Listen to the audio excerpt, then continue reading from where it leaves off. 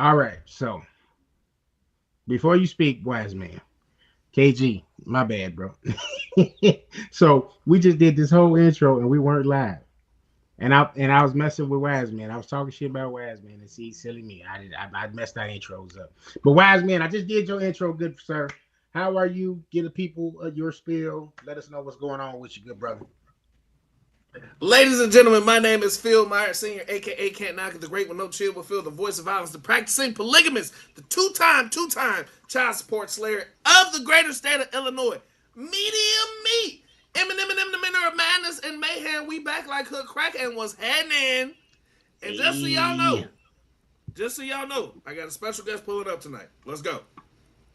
All right, all right. Wise man checking in with us tonight, ladies and gentlemen. Looking forward to it. Looking forward to it. All right, so this is what we're gonna do, good people. We are going to talk about the weekly recap. We are going to discuss stuff like the Cena tournament that's going on. The last time is now.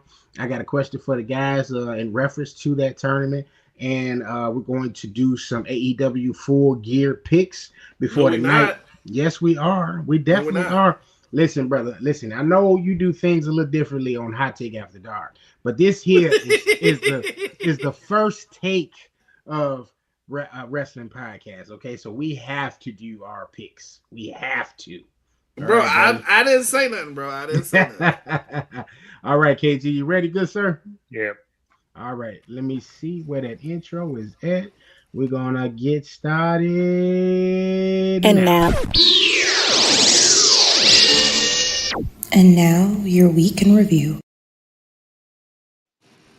Floor is yours, KG.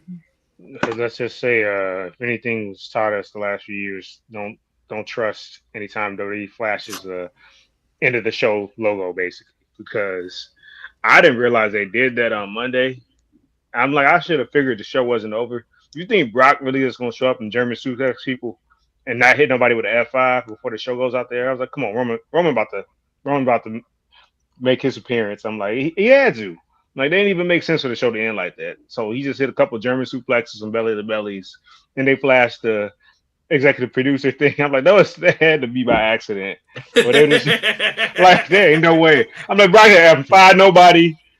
Like, um, then you got Charlotte out here. I think they did that a little prematurely with her deciding, hey, by the way, I want to be on War Games again. I'm like, there was just one episode ago. Come on, like they Did should have y'all built. notice how awkwardly she ran to the ring? Yes, she was Ah, like like with the kendo stick in hand. I'm like, man, they should have just planted it on the ring or something. I don't know.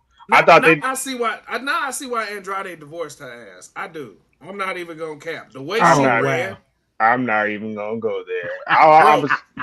She ran I, like you ever watched the Special Olympics? oh I- wow. You ever see like wow. the Special Olympics track and field?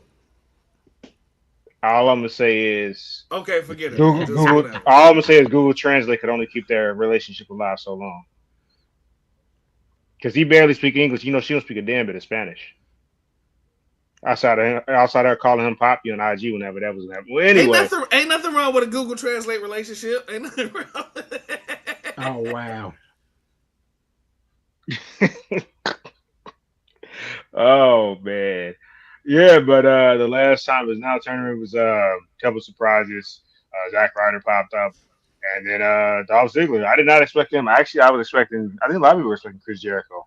I think everybody that said like Edge is, I was like, y'all know he's still signed to AEW.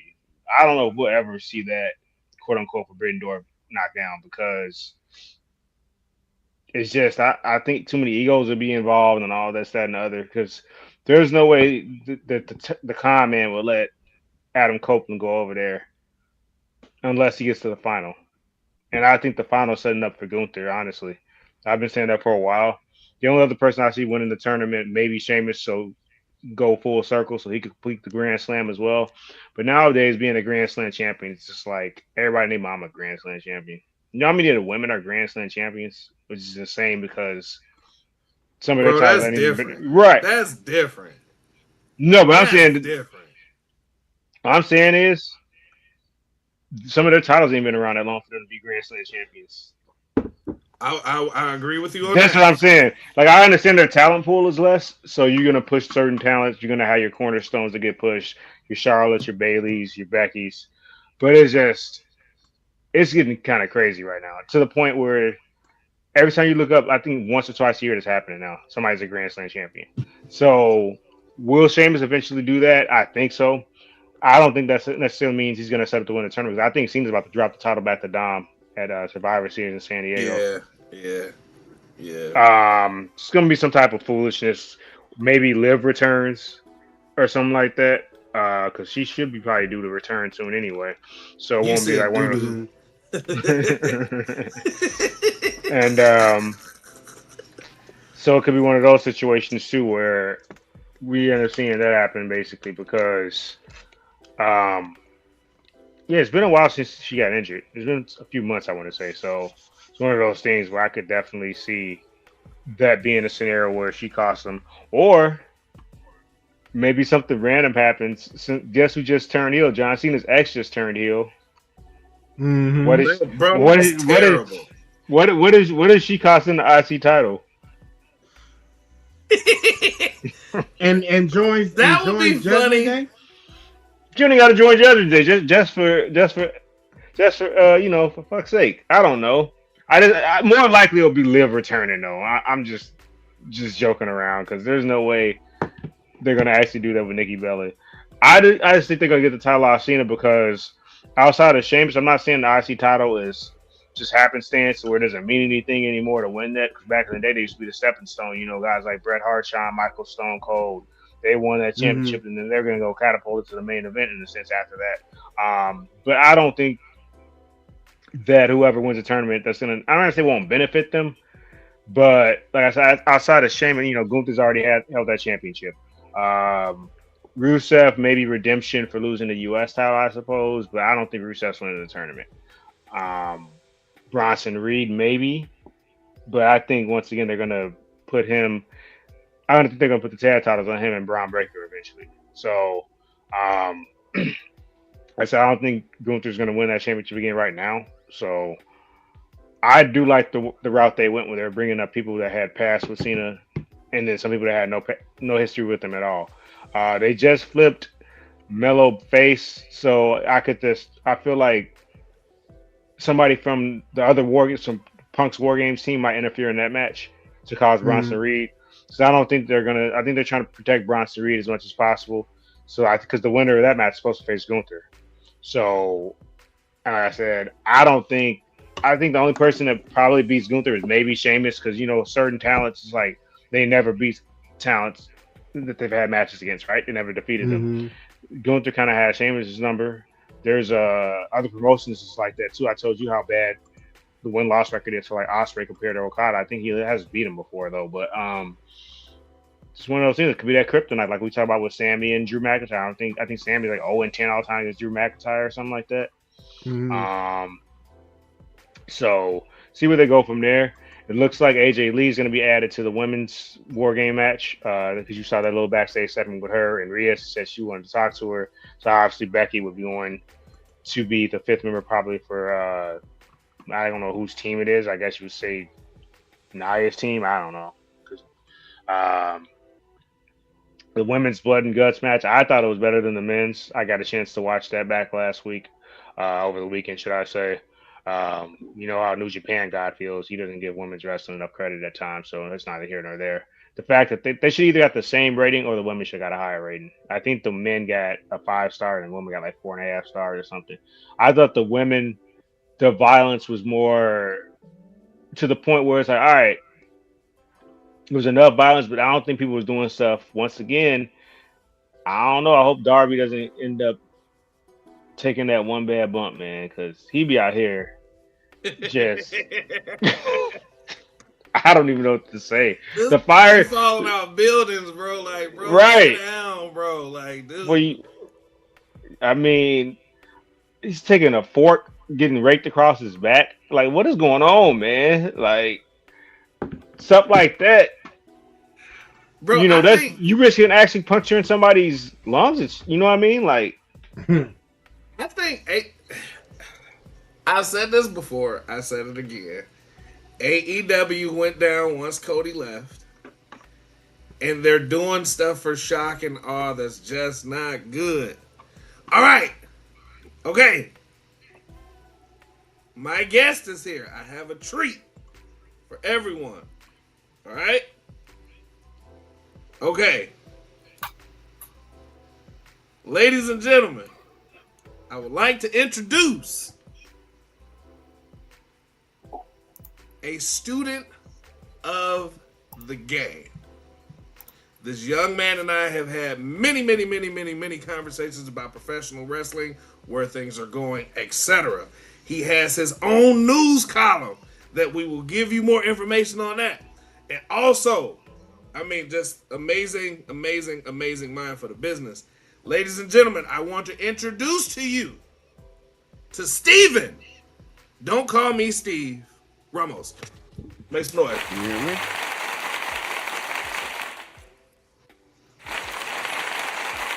Big homie, what up, bro? My bad. Yeah, we hear you, Steven. You can't hear us?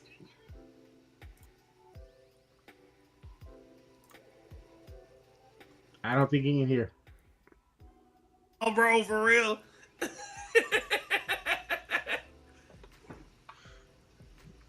Let's see. Well, here, while they work out their technical stuff. Hello, Savage. That's okay. Y'all got some hot take after darkers coming on tonight. Appreciate y'all for checking out us over here. Us Bro, lowly folk over here at Hot Take Wrestling Podcast. Okay. I'm just joking. Don't do that, bro. Don't do that. Don't do that. All right, so here. I know KG was talking about what was going on with Nikki Bella. I'm gonna be honest, bro. Nikki and Steph don't do it for me. Is Steph as in Stephanie Vacure? Yeah. Like, okay. I hot take. Okay. Nikki Bella can't hold a flame to these girls now. She can't. She looks a step behind and a dollar short for sure. That's not. She's definitely a day late and a dollar short. She's definitely like, bro. You talking about like the time she kicked that invisible person in the ring? She tried to do that disaster kick against Becky. Bro, just in general, just her in general, bro. When you look at the talent, and okay, this is gonna seem like a shot, and it's not a shot. Maxine Dupree is more willing to be there and more needing to be there than Nikki Bella right now.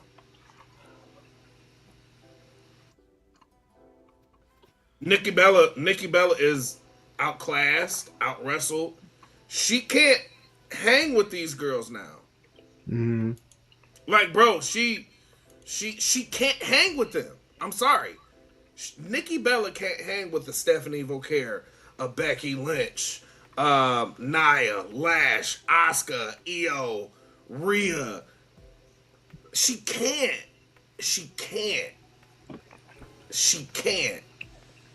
And unfortunately, Nikki got the white woman neck. Oh, so this is what I'm gonna do. I'm gonna remove Steven so he can go ahead and jump back in again, and hopefully his audio, he'll be able to hear us and everything will be good when he come back on. Okay. So yeah. Just try to text him and let him know to try to jump back in, and we do it like that. Well, then to piggyback too, make these feuds make sense. Nikki just lost by pinfall 2 weeks in a row, or 2 times in a span of 3 weeks to Roxanne Perez. How the hell did she get hot-shotted into the title? Oh, because she's Nikki Bella. Remember at that time when he said he had to declare the Elimination Chamber? I'm John Cena. But no, she ain't John Cena. You know what I mean? It's just just because you're a legend in during your time, like, make it make sense, though. I mean, not to play devil's advocate here, but they kind of did the same thing with Trish Stratus. And before y'all say anything, but Trish actually looked like she can. I know she's not on Trish level. I'm just saying, like. No, I'm not talking. You misinterpreting. I'm not talking about in terms of her status. Mm-hmm. I'm talking about in terms of Trish doesn't look like she borderline doesn't belong in the ring. Trish and Becky actually had a damn good steel cage match. Yeah. Nikki does not look like she belongs in the ring with to Phil's Nikki's point. A lot. bro. Nikki needs to be a valet. I don't think Nikki was wrestling during that time away though. Like Trish got She a whole wasn't. wrestling. Trish got a whole wrestling school But in Trish Canada. had 2 babies too, though. True. I mean, Nikki's had a baby too. But I'm saying it just shows you if you got a passion for this. Nikki got a baby. Yeah. She do for real? Yeah. I bet you that was trash. We are 42 seconds into this recording, ladies and gentlemen. The views of That's what happened. That's what happens when the wise man comes on and hasn't been on. No. We not doing this. No, we not doing Look, this. we got some new voiceovers that's getting ready to come, and I'm gonna make sure one of them says parental discretion is advised. Okay. I didn't even say nothing, bro. I didn't even say nothing explicit. It's 8:27. I know you're not used to this time slot. Like, come on, no, y'all doing too much. Y'all doing too much. Y'all making it like I said something. You gotta be PG-13 in this time slot. Bro, I'm PG. Bro, I didn't say nothing. I ain't say nothing. Bro, y'all not right, bro. Continue though, brother. Continue.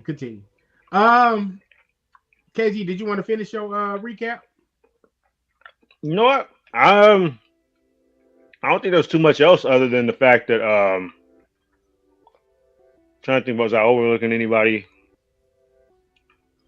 Because right now it's basically just to build up to these 2 war games and the Cena tournament. Honestly, that's the biggest takeaways, and the fact that obviously we got a new Intercontinental Champion in Maxine Dupree. And speaking of Phil's point, some people like that. People thought she was an embarrassment and she was getting heckled and all that. She's the fact maybe you can't say whether she's being carried or whatever. Don't matter. She's having decent matches. Mm-hmm. Who been having decent matches? Maxine. Oh, okay. Yeah. I thought you were saying Nikki. I was about to say no. But it's so I'm trying to piggyback off your point. People, if you put the work in, people are able to surprise town or surprise the fans. Remember, not necessarily supposed to. When people thought she had no business in the ring at times. So, and to Phil's point too, it's just like, in terms of status, yes, that does something for Stephanie McCure's title reign to knock off of Nikki Bella. But in terms of how this match is going to come across, we'll see. Does it really though? Does it really do something for Stephanie? Like, because of Nikki's following. No, it does nothing for Stephanie. No, because but for the hardcore wrestling fans, no. But Nikki has a following. Like a lot of those women on Total Divas have a following. I mean, Total Divas was a big hit. No, but bro, they got like no, but Nikki probably has about 4.some million followers on IG. So thank you. Know, there's gonna bring eyes to the. I don't want to see it, but it's gonna bring eyes to the. We have to realize when people are draws or not, whether we like whether we like them or not. Mm-hmm. If people bring in money to the company or bringing eyes to the TV, yeah, for the casual fan, now we're gonna be like, oh, this is Stephanie McCure. Mm-hmm. So some of the women that didn't know who she was, yeah, the men already know who she is. But some of the women that casually watch wrestling, hey, that's who's wrestling Nikki Bella. Oh, okay, that's gonna add to Stephanie McCure's appeal, in my opinion. I'm not saying it's gonna catapult her to an all-time great title reign, but I just think it's gonna help her appeal more to casual fans, at least some of the women. Mm-hmm. That have no idea who she is. Now, granted, some of them might get a little jealous when she does the devil's kiss. Mm-hmm. Never mind. That's not the hero there. And you know what, though, man? What I think. And you talk about me. And you talk about me. The larger problem, though, with that is this is why you don't need 2 champions. You don't need 2 set of champions for both shows. Like Stephanie, I feel like okay, they rushed to put the title on her. Now she just ran through NXT, got all of the title on NXT. Bomb. They hit her on on WWE Raw. Now she's Raw champion. All of these people are injured, so it's just kind of like okay, you know what I mean? Where do we go from here with her? You got Io and Rhea as a tag team now. So that feud isn't looming anytime soon. So now we got to do the warm up feud. We got to do the Nikki Bella feud. Okay, whatever. I get the status that she brings to it, the casual eye that she brings to, you know what I'm saying, Monday Night Raw. But it's like, all right, what's after that? Like, why is Becky? I'm so glad they took the IC belt off of Becky, because now let's get to the meat and potatoes. Like, that's a matchup that I want to see. I want to see Stephanie and Becky. Like, that's what we need to be pushing. Like, I don't, say what you will about Maxine. Cool. She deserves, that's what she needs to be in the mid card.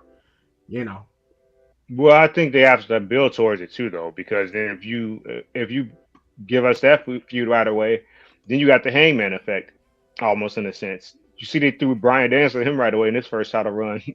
Then where do we go after that? You don't want to start out too high, because to your point, the division split up in the first place. So I think that's why we're not getting to Becky yet. I think they're building up to that. Before we skirt from last week's stuff, I did want to say, did y'all get a chance to watch Blood and Guts, AEW Blood and Guts? I watched it, yeah. No, I did not. You missed the treat. The women's Blood and Guts match was very good. The men's one I could have did without whatever. It felt like they were trying to give Jon Moxley, consolation prize. Roman won all of his War Game matches, so they're like, all right, we're gonna go ahead and get Jon one this year. But that's how it felt for me. But the women's one was very good to me. I really enjoyed the women's Blood and Guts match. Look forward to be their first match too. You talking about in terms of how dominant they looked? So wait, hold on. Yes. Oh, okay. Hold on. All right, let me introduce our guest again, because I had a phenomenal speech. And he definitely did his all right. best Paul Heyman. Ladies and gentlemen, I want to introduce to you someone that is a student of the game. I want to introduce to you someone that has real, thoughtful, precise insight on where different things are going. Not just in the WWE, not just in TNA, but professional wrestling as a whole. I want to introduce to you Steven. Don't call me Steve. Ramos. Thank you. Appreciate you. Can you hear me all right? Back on. Yeah, we can hear you, bro. You good. Yeah. We can hear you. No. Thank you for having me, Phil. Like, I was a little bit nervous, honestly, but I really appreciate this. Let's have some fun. What happened? Can you hear me? You sound super far away. I can. Yeah, you do sound a little low, but we can. All right, hold up. Yeah, there we go. Perfect. That's better. Perfect. Yeah, okay, you got to hold. Okay. All right. No, thank you again for having me, bro. Like, I was definitely a little bit nervous. This is something different for me, but I appreciate you guys having me. Thank you so much. No, I appreciate you joining us, man. Appreciate you. So, bro, we just gonna jump right in. Now, Logan, who gets a check from Tony Khan, he's just AEW. Did you watch AEW? That's a whole lie. Blood and Guts? Yeah. No, missed it. I need to catch up on it. Hold on 1 second, guys. We got one more person. See, this is what happens when, the late night guys come on to the primetime show. When they come on the primetime show, they're not used to that time difference. You know what I'm saying? No, they on CP time. Nah. Cut it out. But welcome to the show, y'all. Y'all know the boy, Lord Beardus, the Hot take heel Akil. The final boss. Hot takes heel Akil in the building. Oh, and finally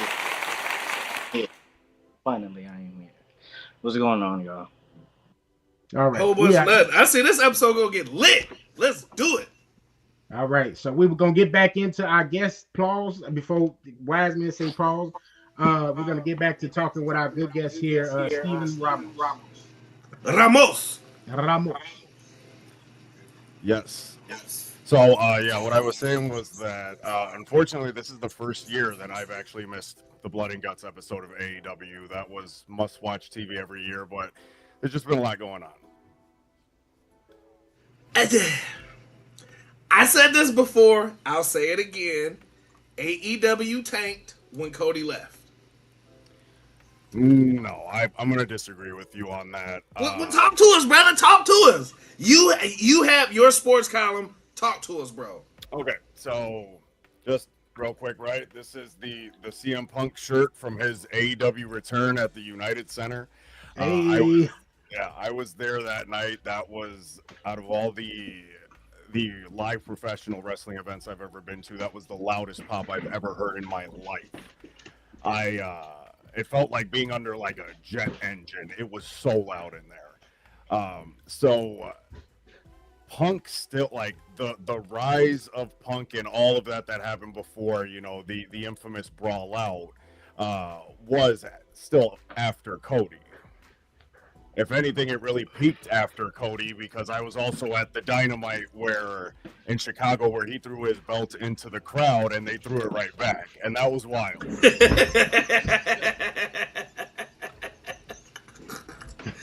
Hey, they did do him kind of dirty on that. Did my man's bogus. bogus. Harsh. Yeah. A la Cena, circa the 2010s. Yep. Yeah, I got a funny story about John Cena too, if you don't mind me sharing. Go for it, bro. Let's hear it. Okay, so before I moved to Illinois, I lived in Iowa for a while. Wouldn't recommend it, but they had a little house show run, and they actually stopped in the town that I lived in, and it was one of the rare occasions where John Cena was doing a house show, and I was my seat was right next to the aisle, so right where they walked down. This was during a time where I was not a John Cena guy. You know, time has gone by. I definitely respect the man for everything that he's done, but not a fan at the time. And I was surrounded by kids. And John Cena comes out, and I just start heckling him and booing him. And, like, all these little kids are, like, punching me in the back, like, no, stop it, stop it.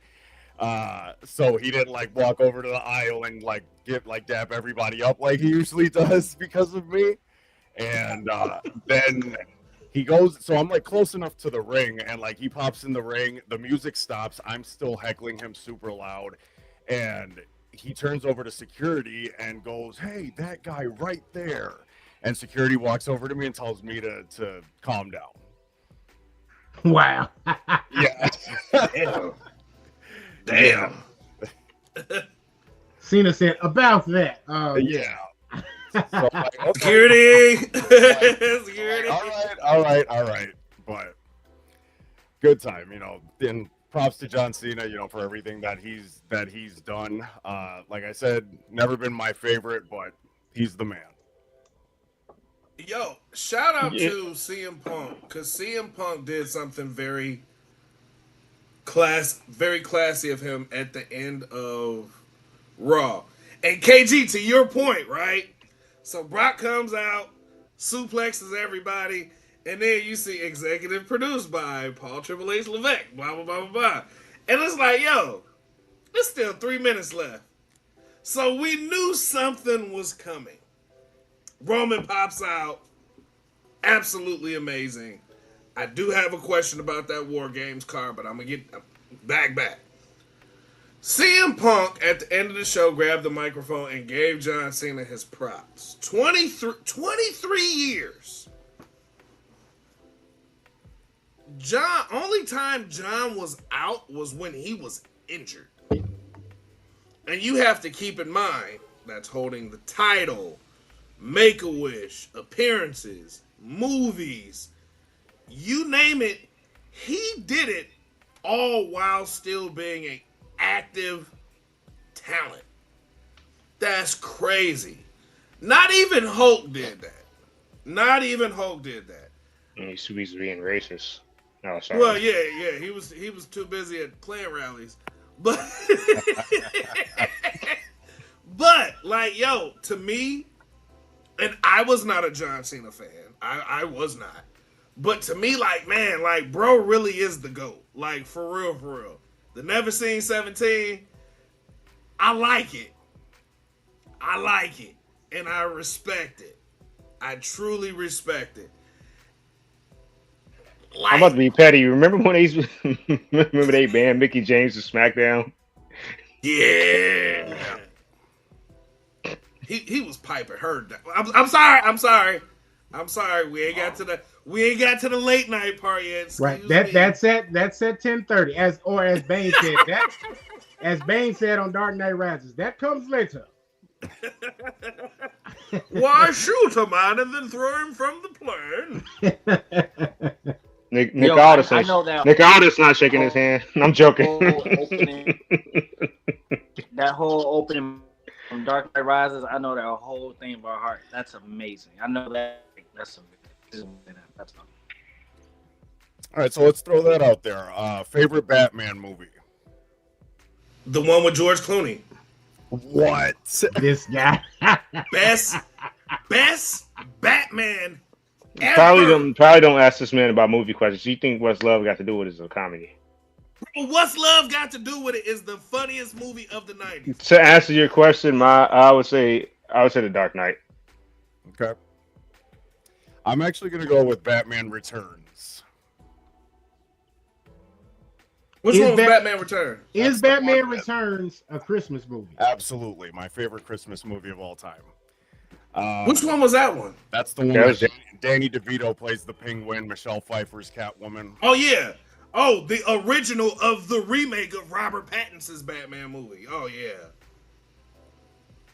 Yeah. No. What? What? No, bro. I'm trying to see what multiverse you was watching. Bro, the Batman with Robert Pattinson was a remake of Batman Returns. No, You got Batman, you got Penguin, you got Catwoman. It was a darker version.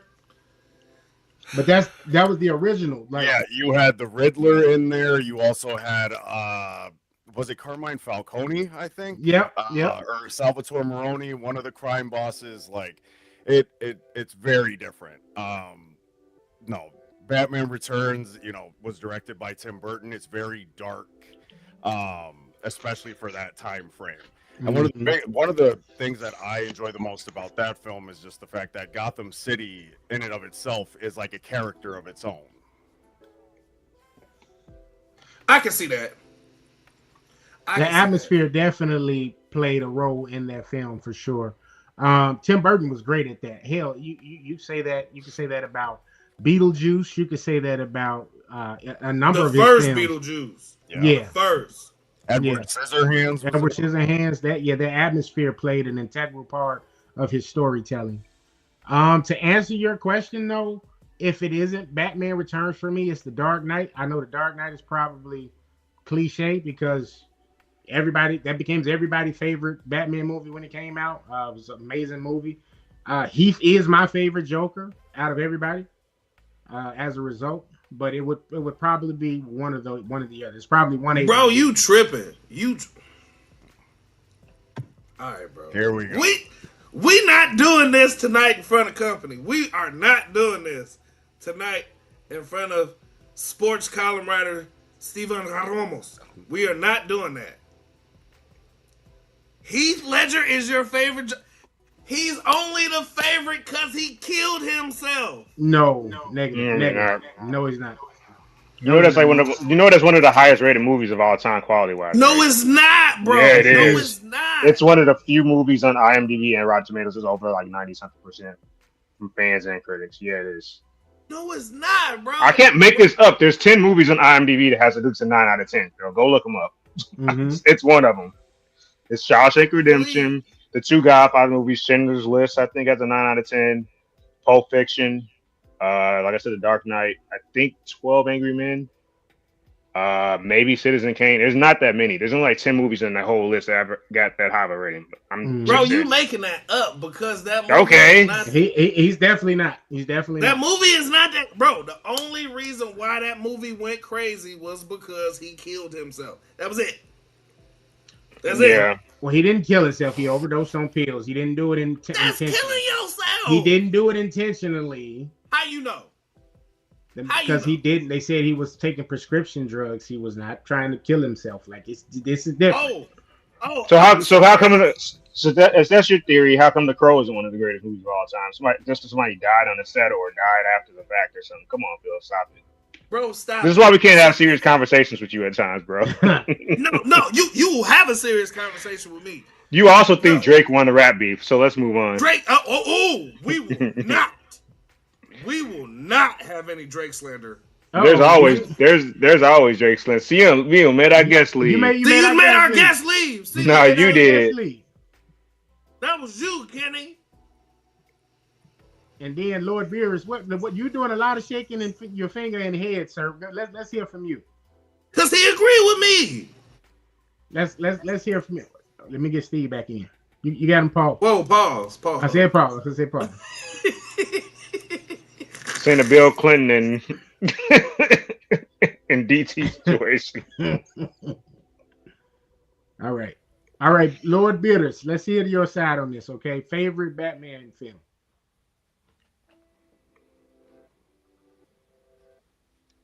I agree with the George Clooney thing. The Great Batman. You ain't even Beerus. You're not even Beerus no more. No, you the now you the guy from Universe 10. I don't know Universe 10, but okay. Funny He's like, I hate that I understood that reference. You mean Earth X? Yeah. I was just watching Dragon Ball today. Yeah, Earth X. Okay. You're not Beerus no more. That's the best Batman movie because that's a Batman movie, but the best Batman I feel is Ben Affleck. Hear me out. I've heard other people say that. Go ahead. The version of Batman that he portrayed was a Batman that just lost his family. He just went through a horrific time frame. Of course, we're not going to get the Batman that don't kill people. We're going to get this type of Batman. Like, he lost his shit and his family. So, of course, he going to go crazy. The only person that could have played that role the way it needed to be played was Ben Affleck. I can't, and suffice to say, I was one of those people when I first heard Ben Affleck was playing Batman, I was against it entirely. I was at a point where I probably wasn't even going to see the movie. But, I went ahead and saw it, and I was blown away. Then I saw the extended edition, and I was even more so blown away. The Snyder Cut? No, not the Snyder Cut. That's for Justice League. But the extended edition of Batman vs. Superman, like, it adds like another half hour. That's like a comic book brought to life. That's the way I describe it. Like, it is amazing. The moment that went on sale to be able to buy digitally, I bought that bad boy. I bought that. I got the Snyder Cut for Justice League. Like, it was amazing. And I didn't even know at that time that Zack Snyder was the same person that directed Watchmen. But then when I put that together, I was like, oh, that makes sense. Because Watchmen. Well, the Watchmen and Constantine are the two best movies DC has ever put out. So, oh my God, that is wild. That is wild. I mean, in recent memory, in recent memory, I'll say in the past decade, yes. To respond to Lord Beerus, I will say I think Ben was the best Bruce Wayne portrayal he received. I think he knocked the Bruce Wayne out of the park. But best Batman, probably Michael Keaton. And I will say that Batman Forever gets a bad rap. I think I watched it not too long ago, a couple months back, and it really wasn't as bad as we thought. Now, was it campy? Of course. The only thing that was more campier than Batman Forever was Batman and Robin. But Batman Forever wasn't that bad. Like, rest in peace to Val Kilmer. He wasn't a bad Batman either. Like, it was cool. But Val Kilmer was dope. So you sure you're not just giving him his flowers because he's dead? Christian Bale was a better Bruce Wayne. No, and KG, we not going there. KG, you laugh at handicapped people when they fall. So, whoa. So he want to laugh so bad, but he not gonna give me the satisfaction. So, yes, I got it. Go ahead, Steve. You had another question. I'm sorry, Steve on. Something that I wanted to chime in about the Ben Affleck thing. So I do agree with you, Logan. Like, it is difficult for most actors to be able to balance both Bruce Wayne and Batman. But and I'm going to show you a completely different level of nerddom that I have. If you the portrayal of Ben Affleck in Batman versus Superman is supposed to be that of a comic run called the Dark Knight Returns, where Batman is much older and like semi-retired, but and they get into it. The whole suit, the metal suit that he uses to fight Superman, is directly out of that book. So in terms of that portrayal, he does it perfectly of how that particular Bruce Wayne and that particular Batman are. So just to show you how nerdy I can really get. Yeah. No, I'm clap it up, bro. That's the Frank Miller graphic novel, right? Yes, sir. Yes, sir. Yes, Bro, sir. that's why I told y'all. My man. Right here is the truth. And when we get back to talking wrestling, I'm telling you, he got some perspectives that's like, yo, I ain't even look at it like that. Yeah, we're gonna circle back to wrestling in a second, but I see some signage in his background, and this speaks to my heart because this is my guy when it comes to slashers and horrors, and that's Jason Voorhees. And I have to ask, is Jason your slasher GOAT? Like, absolutely. Friday the 13th is my favorite horror franchise of all time. And, I love wrestling, I love comics and superheroes and all that, but if I got to put one on top of anything else, it's horror movies. Friday the 13th being top dog. Bro, he got the busts right there behind him. Oh yeah, the different Jasons. Oh snaps! Yes, that's what I'm talking about. Favorite Friday the 13th film. I mean, I'm probably gonna get a lot of shit for it, but I'm gonna say Jason Takes Manhattan. Really? Yeah, I think that that is the one out of all of them that if you just turn your brain off and enjoy it for what it is, which is just kind of stupid, campy fun, it is the best one. It doesn't take itself too seriously, and it's not trying to. It's similar to how people prefer Evil Dead 2 over the original Evil Dead. Definitely, because the Evil Dead 2 isn't half as serious as the first one, for sure. Correct. Well, then if people prefer campy stuff, then people would probably prefer that whole series. They probably prefer Army of Darkness because it reminds me of Bruce Campbell's character, like when he was on Hercules. He was doing in Xena. He was doing a lot of goofy stuff. Ironically, Lucy Lawless is in one. Wait, she's in Evil Dead 2, right? Is she? I believe so. I know she comes back in that series they did on Stars, Ash vs. Evil Dead. They did 3 seasons of that. That was actually pretty good. I think that was a callback from him being on her show. So yeah, they had her on Evil Dead show. Maybe she wasn't in the actual movie. Maybe she was just in that series. Yeah, because that series is actually pretty decent. I think it ran 3 seasons. So, yeah, because they were supposed to do their tie-in right with his character and the one that survived in that 2013 film. Or did they ever do that? No, they never got around to it. Okay. Also, the original plan actually for the sequel to Freddy versus Jason would have been Freddy versus Jason versus Ash. Ash okay. The hero. And they didn't follow through with that and instead turned it into a comic book run. Wait, Ash from Pokemon? No. Wow. Wow. I'm gonna say, how they gonna do that? And who the hell eating cereal or putting together a bookshelf?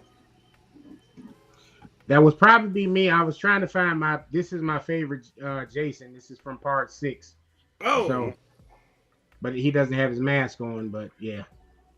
So if you look over my shoulder here and see that the one picture behind this Jason right here, that's signed by CJ Graham. He plays Jason in part 6. Nice.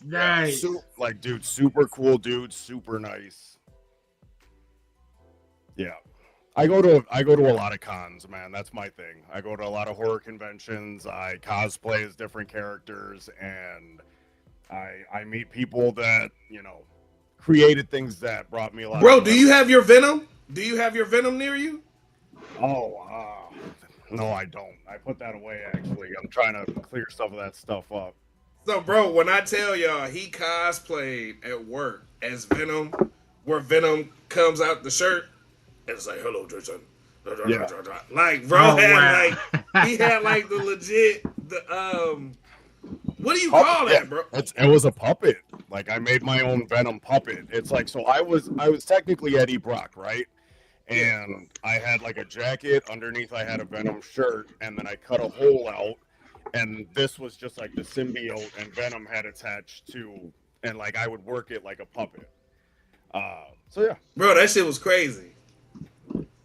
Could you imagine being on shrooms and looking at that like, bro, what the fuck? Like, you have a bad trip. yeah. But I tried to model it more. Since you want to after, bring like, out the one from Spider-Man the animated series instead of the one from the movie. since you want to bring out toys. Yo, pause. I knew somebody Is that was the gonna Shawn say it. Michaels? That's funny. That's Shawn Michaels, right? HB Shizzle with the winged eagle. Yes, sir. Oh, shit. Yes, Can't go wrong with it. Okay, indeed. there we go. Now Oh, we got him shit. with that. Got that mask on now, baby. Oh, bro, what Batmobile is that? That's the Batmobile from. Oh, this one, Batman Forever. Okay. Yeah. I'm talking toys. Says first AEW champion Chris Jericho, signed by Chris Jericho. You frozen, bro. Oh, there we go. There we go. Oh, Now we shit. can see it. Now you get okay. Nice. Yeah, Nice. this is Oh, is that great? Is that graded? You got it first graded? AEW champion Chris Jericho, signed by Chris Jericho. That's what's up. That's definitely what's up. Well, shit, since y'all want to pull shit out, Oh, pause. Whoa, whoa, whoa. shit, my Magneto helmet from Magneto. Yes, sir. Eric Magnus. I'm jealous. I actually want that helmet. I want that too, honestly. No lie. Look, I was gonna pull up the Doomsday with my Loki crown. Now I want to. Hey, real life. I just had to. I have one Loki crown. I just got the God of Story Loki crown. I just got that. That's coming soon. I'm pulling up to Doomsday, rocking that bad boy. No lie. They tell me to take one. I mean, like, no, I'm the king of this bitch. No, I run these stories. All right. So, any other stuff y'all want to cover before we jump back into the wonderful world of wrestling? Okay, well, going back to wrestling. Actually, I have a good transition into it. So he just brought out Jericho. Hey, the big Goldie. He brought out Jericho. I was on Twitter and I saw. I got a little nostalgia because someone posted when Jericho had his second coming when Randy Orton was WWE champion, and I remember geeking out with that moment. That's when he had weeks of we had like the numbers and the letters on the board and the flash and the glitches and stuff. Did nobody know what was coming? Real life, because I wasn't I hadn't dived deep into the world of wrestling like that to like mark out and know this and that and that and this. But I think that was the start of it for me. So when that was going on, and as they got closer, like about a week out, I think I felt like it was going to be Jericho, and then it was him, and then it was I think it was around time of the Olympics. So you had the guy that's running with the torch or whatever in the backstage area, and then all of a sudden you just see a big arm just clothesline the dude, and you see somebody standing like that, and I was just Jericho with the long hair, so I was confused. So I'm like, who's this short-haired fucker? Who is this person? And then it showed up on the screen, the countdown. As soon as the countdown hit, well, they did the Y2J thing. That countdown hit, I remember the goosebumps and just the feeling. And I remember like jumping up and down, so excited, because my first memory of watching wrestling, like actively, as I got older, was the Rock and Jericho interaction. That what's your name, son? And it does. That was my first memory. Punk has the Roddy Piper moment. Like that was my Roddy Piper moment with the coconut and Jimmy Snuka. That was my moment for that. Like amazing. Yeah. Hey, you know what? That's saying that to someone. How many times have you to somebody who was like, "What is your name?" It doesn't matter. We used to do that shit all the time and get kicked out of class. Go to the discipline That office. DX chop.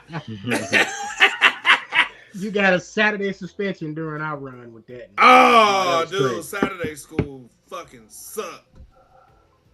Oh, I hated Saturday school for that reason. But it's what's dope is a lot of those memories. Like Akil, you made a very good point when you was like, man, like the moment that you actively watched wrestling and you knew you were hooked. Like, what's everybody else's active moment where wrestling got you hooked? And Steven, since you the guest, bro, what's your first active memory of wrestling that has you hooked?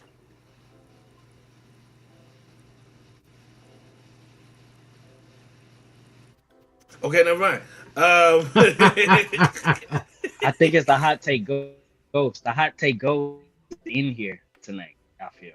Bro, the hot take goes be on I think that's bull. what's happening. There's something going on for Yeah. sure. It's kicking, I guess, out.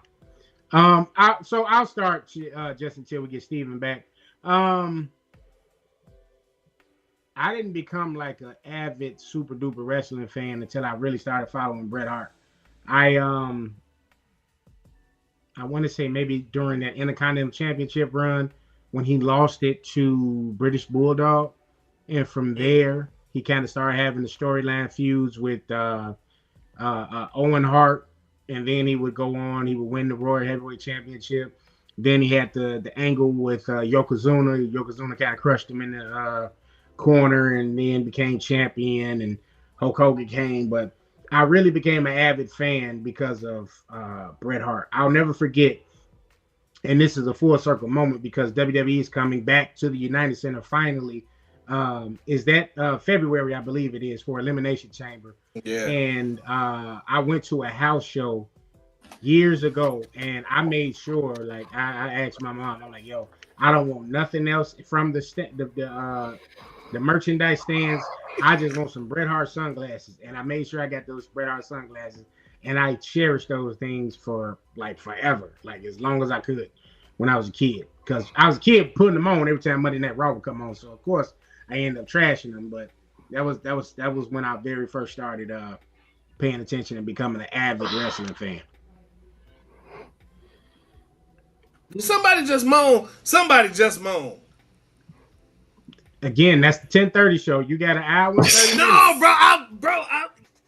bro. Okay, whatever. You might have got a yarn. I don't know about a No, I heard it too. No lie. See, somebody moan. Paul. Hey, To that we got our After Dark ears on. That's why. Yeah, they ready. KG, what moment in professional wrestling made you fall in love with wrestling? When Sting was just drifting around in the rafters and they thought he was going to join the NWO. He just beat the shit out of the entire crew with the baseball bat. That was a dope time. Oh, man. Steven, so what I asked you Sting was was what on that. moment? I was just gonna say Sting was on that peanut butter jelly time with a baseball bat. Yeah, oh, we know why Jordan want to watch Hot Take. All right. Calm down, Jordan. But no, Steven, what moment in wrestling history got you hooked? So for me, growing up in a Puerto Rican household, like we watched boxing all the time. So obviously in the 90s, Tyson was a huge deal. So the whole lead up to WrestleMania 14, Tyson and Austin and DX and all that, that's what got me hooked. And then, then after that, just it was Stone Cold. Like Stone Cold, man, like his meteoric rise to the top, like it was more of like a, like everyone says, that mindset of like Stone Cold was kind of look like an everyman sort of dude, like taking on the boss, and that's what all of us would like to do at some points.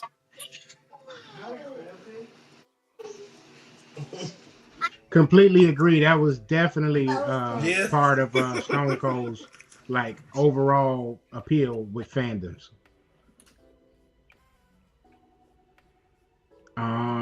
Yeah, so let's see. What else? Lord Beerus, did you give us yours? Your fan moment? Yeah, you did. You said Jericho. KG, Yeah, I did you give us started yours? off with Y2J. Yep. Okay. Yeah. Everybody got it All right. covered. So did Phil give us his? Mm-hmm. Phil gave us his moment? No, I ain't gave you mine yet, but here, hold up. I did. Oh. He's in Somebody that daddy want to do the mode. intro. So let's get it. So you ready? I'm ready. Are y'all ready? Talk to him, son.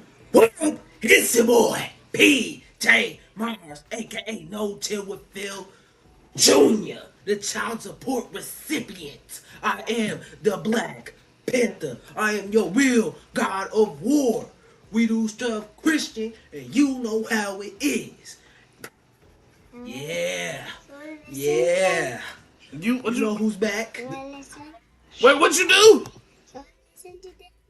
You want to say hi? Say hi. No, He said hi. He said hi guys. Do your intro. Say I'm Miles, and you can't teach that. And this and what? To raising my mother, to marry my family. Yeah. All right. Anything else you gotta say? And you can't teach that. There we go. And you can't teach that. Bada boom. Realest 4-year-old in the room. How you doing? All right. Mars, this party sing. Yeah. That's right. Okay. All right, see. Now, see, this is how I know some of y'all fans is like coming from night to night. Look what we got in the comments. Bro, that's not me. That's not like, bro, grow up, bro. Like, really, like, of course, a vegan can eat fat. Bang bang. Well, they're the going moment on I our fell in topic love tonight. with wrestling. Say what? What'd you say? That's one of the questions for tonight. Bet. Tonight. All right, the moment that made me fall in love with wrestling, I gotta give it to Superfly Jimmy Snuka when he jumped off the steel cage. Like, I don't remember if that was Saturday Night Main Event or what, but it was so many moments from like the golden era of professional wrestling. I even hate to give it to Hogan, but I gotta give it to Hogan because WrestleMania 1 with him and Mr. T, Hogan and Zeus. Y'all remember that Saturday Night Main Event where Zeus ripped off the door and like beat up Hogan? Like, it's those moments that had me captivated as a kid, and I just never stopped watching. He will forever be Debo, bro. Yeah, he's always gonna be Debo. He's That was the night he asked Hogan, "Who wants some of Debo?" Yeah. All right, so let's ask our guests some more questions, man. I want to know your top 5 women's wrestlers of all time. Oh wow. Like in order or no particular order? No particular order. Okay. Again, I know that a lot of people are not fans, but off the top of the dome, I got to go with Charlotte Flair. Okay. you know, she had a lot to live up to. Obviously, being the daughter of the greatest to ever lace up a pair of boots. And I think that overall she has succeeded. I do think that she may have been a little bit overexposed, just constantly being in the title picture and doing nothing else. Mhm. But when she gets in the ring, she handles business. Let's see. I think in terms of trailblazers and like really paving a path for what women are capable of moving forward, I'm gonna go with Lita. You know, I remember she debuted with Essa Rios back in the day on an episode of Sunday Night Heat, and she was the one that was over. Like, nobody cared about him. And, you know, Facts. she was out here, you know, doing moonsaults and like the Hurricane Ranas and all that stuff when women were not doing those things. So, you know, definitely set a high bar for what can be done. Let's see.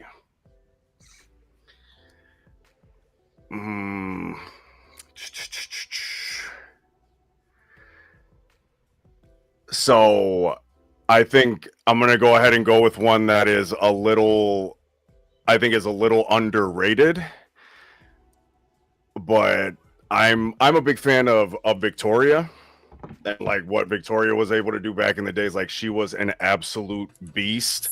I think, again, in terms of like trailblazing, she was one of those women that came out and was just like, hey, like, she's muscular, she's a beast, but she's still sexy. She can still get it done in the ring.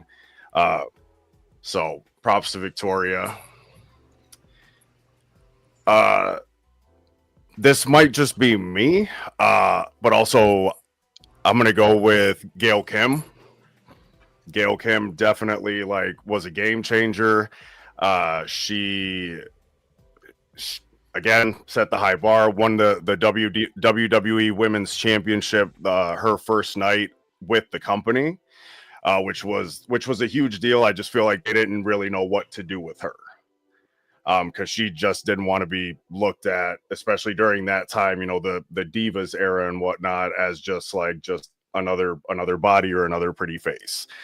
But she also killed it in TNA with like rivalries with Awesome Kong. So I'm gonna go with that. And Awesome Kong thick as fuck. Yep. Oh, y'all heard. Oh, damn. I thought I was muted. My bad. And then I don't know. Like, there's part of me that wants to say Becky, part of me that honestly wants to go with Sasha. Well, let's just go with Trish as well. I'm gonna go with Trish Stratus. I think that when she started with the company, I remember she started with Test and Albert, right? TNA. She was their valet. And she didn't know a thing about the business. You know, she didn't know how to wrestle whatsoever. Like, she absolutely learned on the job, and professional wrestling is something that is very difficult to just learn on the job. You know, there's people that do this for their entire lives and never hit the big time. So her learning on the job and going through all the stuff that she went through, a lot of humiliating shit, if we're being honest, where Vince McMahon made her bark like a dog and all this kind of shit.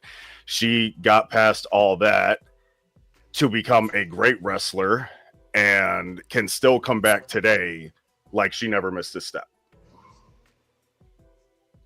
Yeah, agreed. Good list. For two of the people that you said, Victoria and Gail Kim, I feel like TNA basically gave them not the option, but TNA gave them a home where they were able to show that, hey, women can wrestle. You know what I'm saying?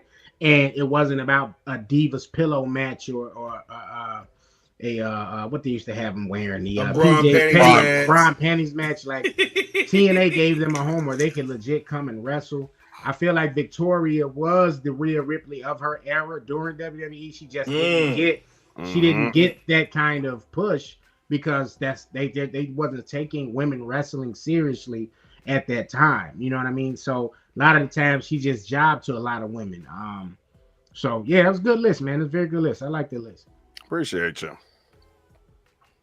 All So, right, fellas, I got a question. Hold on, wait. I gotta find it. Hold on, damn it. I don't know where, bro. You moved some buttons on here. You know, I do things a certain way when it's the 8 o'clock slot. You know, You said slide pause. You don't have What- your Bay goggles on right now, so that's why you're not seeing everything clearly. Where the heated round table discussion? Because I do have a question for the heated round table. All right, so let me take care of that for you, buddy. I got you. Hold on.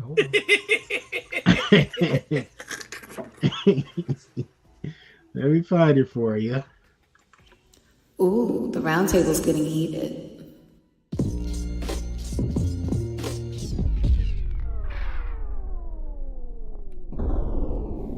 Heated round table. All right. My question for the heated round table. Do you think the men's war game match is going to be a dud? No, Here's absolutely why. not. Here's why. They got too many big egos. It's way too many big egos. And I don't think they're going to play ball. With Brock, Roman. I think it might be a flop.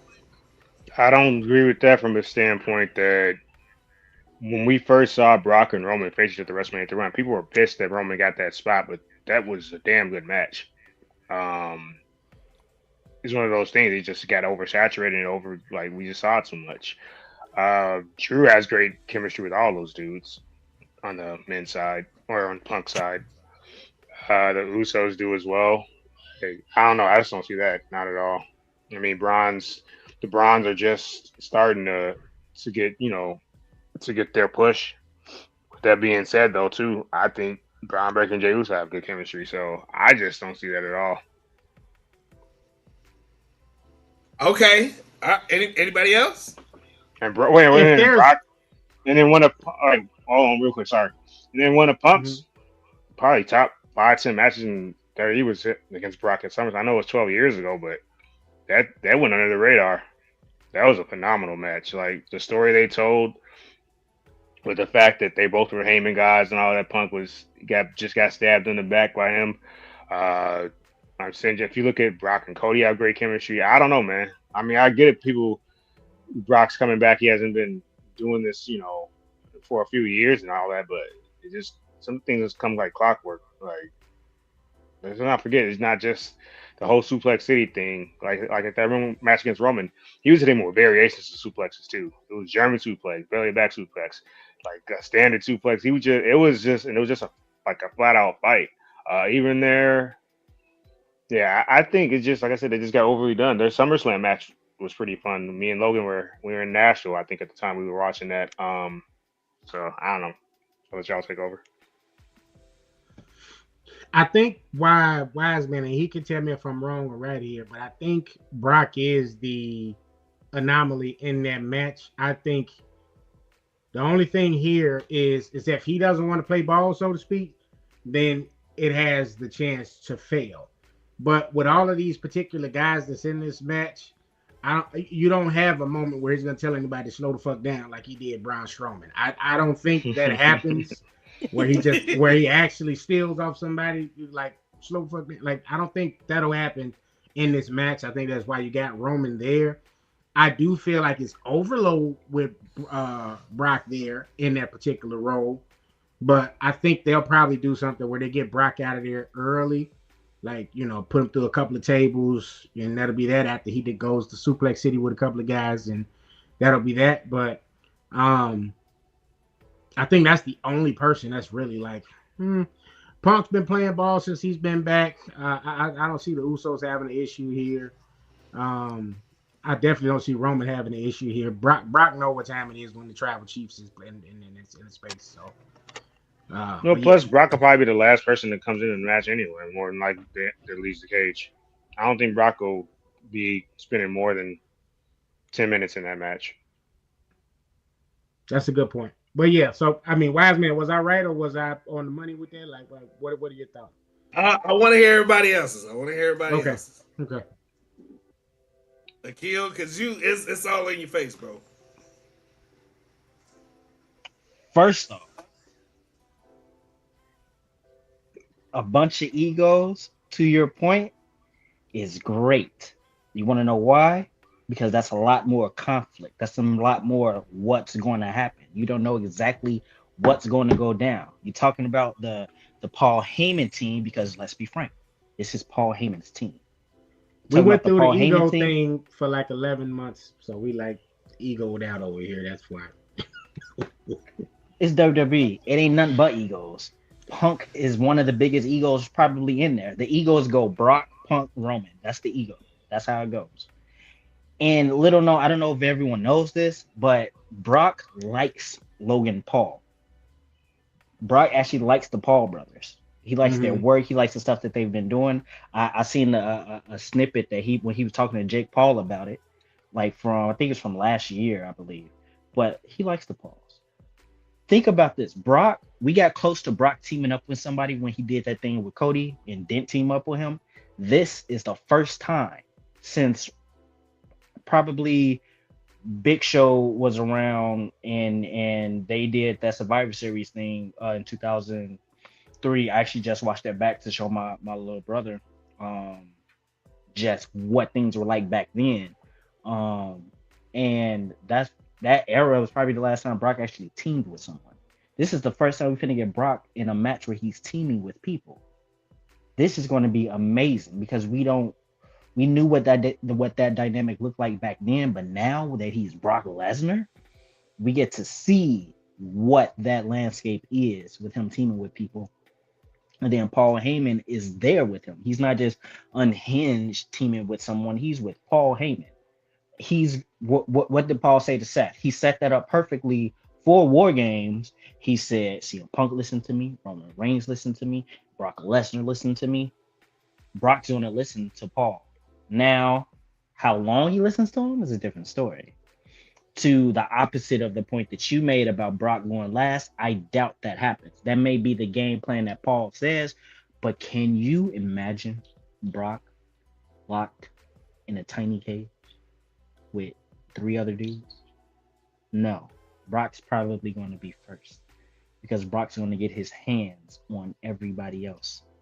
Brock's going to have a moment where he can have that one-on-one time with the different superstars on the other end. Brock and Jay having a one-on-one time. Brock and Roman, obviously. Roman's probably going to be, if Roman's not first, Roman's going to be last. I think Brock will be last or second to last, only because of the standpoint that what was it old saying? My client doesn't fight for free. Brock ain't trying to be in no damn match, bro. But if Brock's pissed enough, if someone does something, Punk, for example, if Punk comes out and Brock's in that cage, Punk's going to taunt Brock. And Brock's going to be that's next one out, depending on when Punk goes. If Brock's not first, whatever lineup Punk is, Punk's going to do. He did the same thing with Bronson Reed at the last War Games. He taunted him. He shoved Jacob Fatu in the face. Oh, that was Jacob? Yeah. No, wait, no. Was it? I don't know. But the point is, he did that to somebody. Punk's going to fuck with Brock.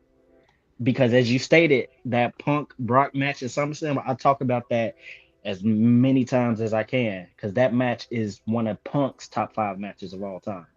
Like, that match with him, that's one of Brock's top 5 matches of all time, hell. Like, that was an amazing match. They were fighting in that.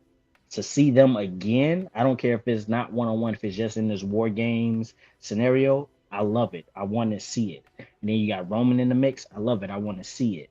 You got somebody's going to turn on somebody. We may get 2 teams with people turning on people. It'll happen. It has to happen. because there are egos, that is going to be great. Now, whether or not someone turns on somebody and walks out of the cage is a different story, because that's going to be an interesting dynamic. Or it just may be a what they used to say, malfunction at the junction, maybe one of those type of scenarios. But I don't think it's going to be a flop. I think it's going to be amazing. Women's War Game, maybe because of Becky, fucking her cardio is not great. But other than that, like, it's going to be,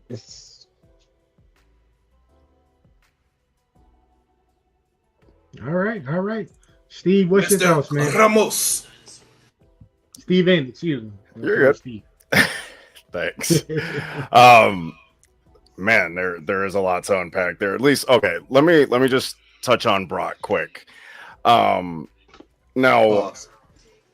we know that Brock has a tendency to want to like dip out as early as possible, right? Like what is it, a couple years ago at WrestleMania, he squashed Omos in the first match and like dipped up out of there. You know, he's like KG said, he's trying to like make that like secure the bag and get up out of there. And I'm not gonna knock the hustle.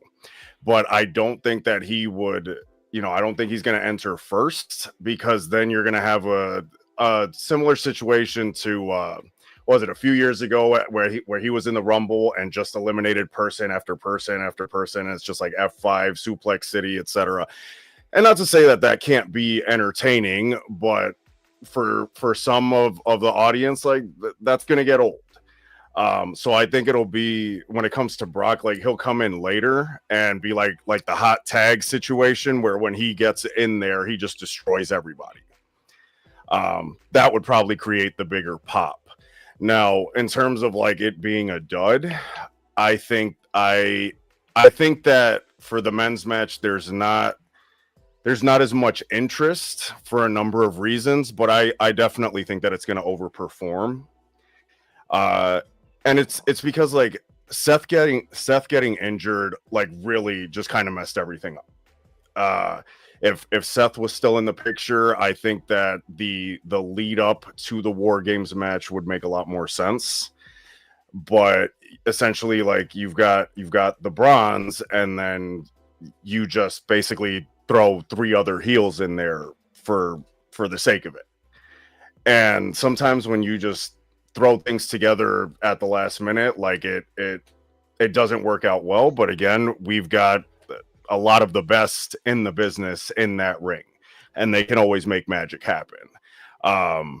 You've got your guys in there that are gonna, it won't be the typical huge spot fest probably, but you got guys in there that are going to take some big bumps. The Usos, like the Bronze, like they'll still take big bumps. So I still think it'll be entertaining. I think they will overperform because they sort of have to. I think that since WWE switched over to the pay-per-views to ESPN, they haven't been as hot as they expected them to be. So they need to show out for this one. That's for damn sure. Because I'm so disappointed in what they've been doing since WrestlePalooza. Like, I'm so disappointed. And my damn streaming bill is damn near $70 for Disney, Hulu, HBO Max, and now this. And then y'all putting out trash. Yeah, no. And here's what I meant by being a dud. The predictability with too many combustible elements, right? Mm-hmm. I have a feeling Brock is going to turn on someone, possibly Drew, because Drew beat him for the title, and they never had a rematch. Logan Paul, I don't even know how he fits into that. I don't see how he fits into that. I know the setup with Braun Breaker and Bronson Reed. I know they got to do something with them because they're white hot right now. And I see them pushing Jimmy and Jay back into a tag team. I see Jay being gassed out from all the yeeting, because by the time he gets to the ring, he go like,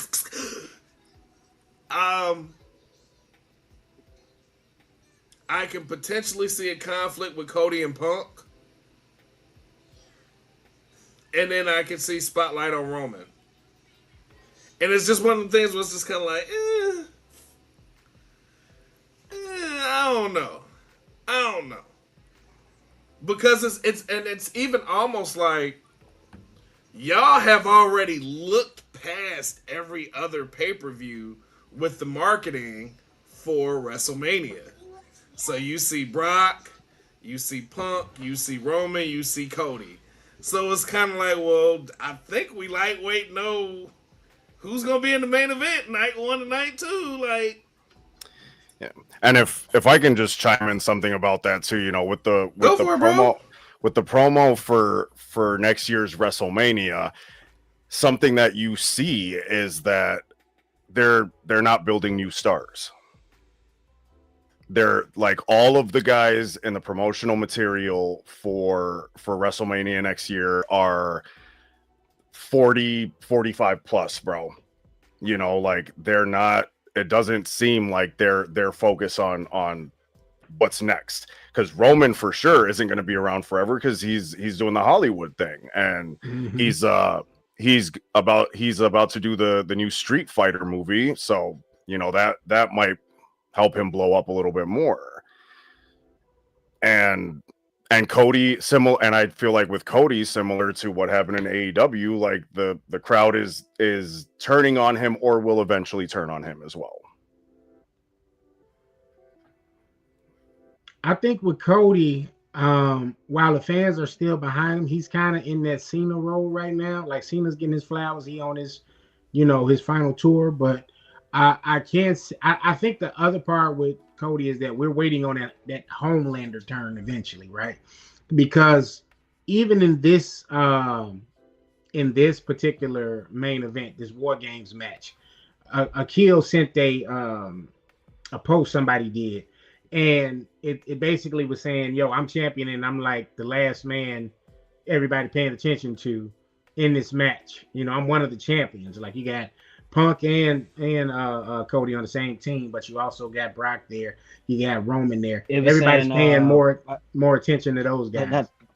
Not to cut you off, but just to put into perspective for everybody, the post said, "I'm the WWE champion, and I'm not the team captain on the team that has Roman Reigns and CM Punk." That's what it was.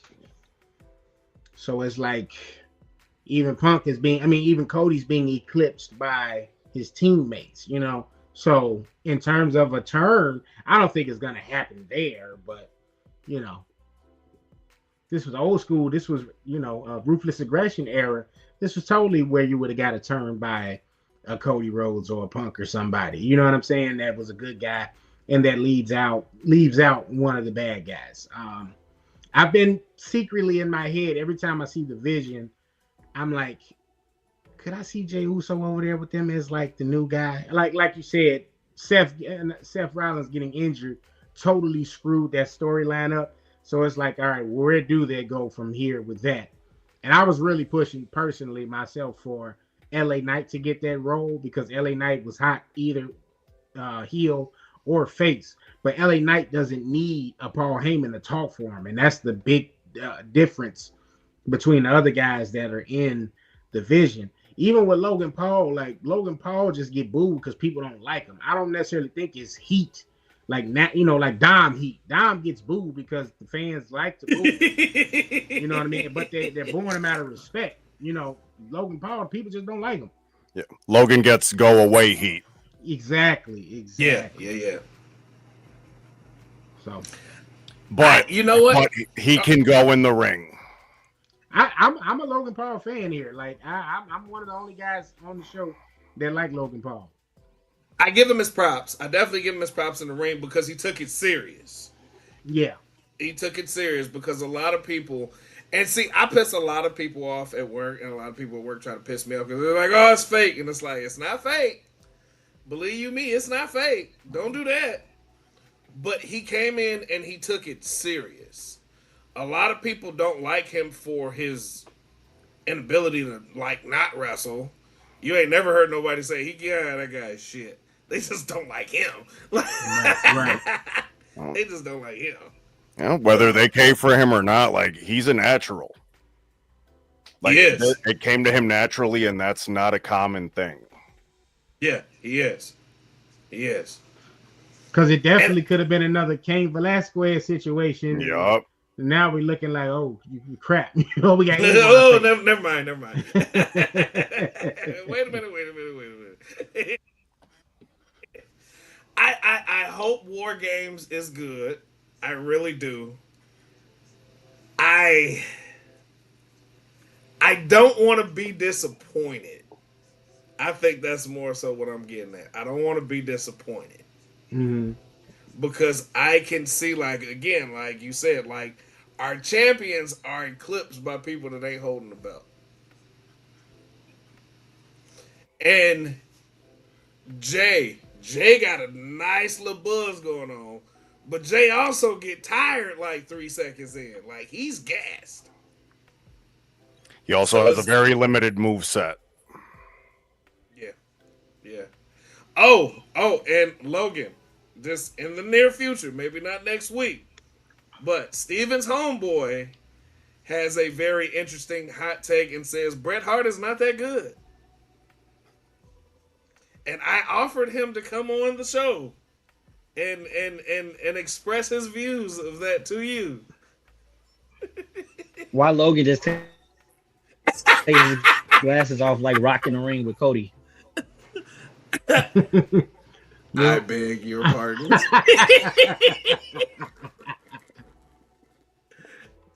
I've heard people say Owen's better, but to say Bret Hart wasn't that good, damn, that's crazy. Oh yeah. I mean, Natalia's better than Bret. Hey, you knocked that off. I've even said it here on the show that I think Owen was, and ultimately, had he not passed, he definitely would have surpassed Bret in terms of in-ring ability.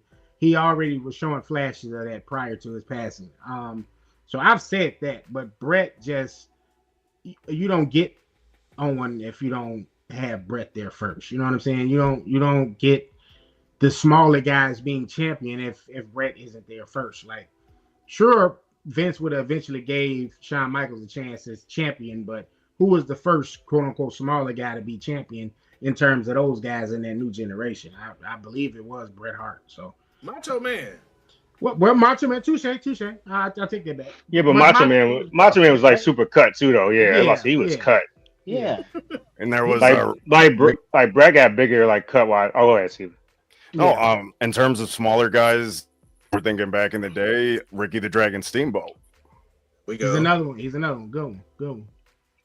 Flair was not big. Bro, when Flair started training, he was over 300 pounds. Flair was a big dude. Flair's bigger than he looks. A lot of these guys are. Flair was. I never saw Flair. He was wide.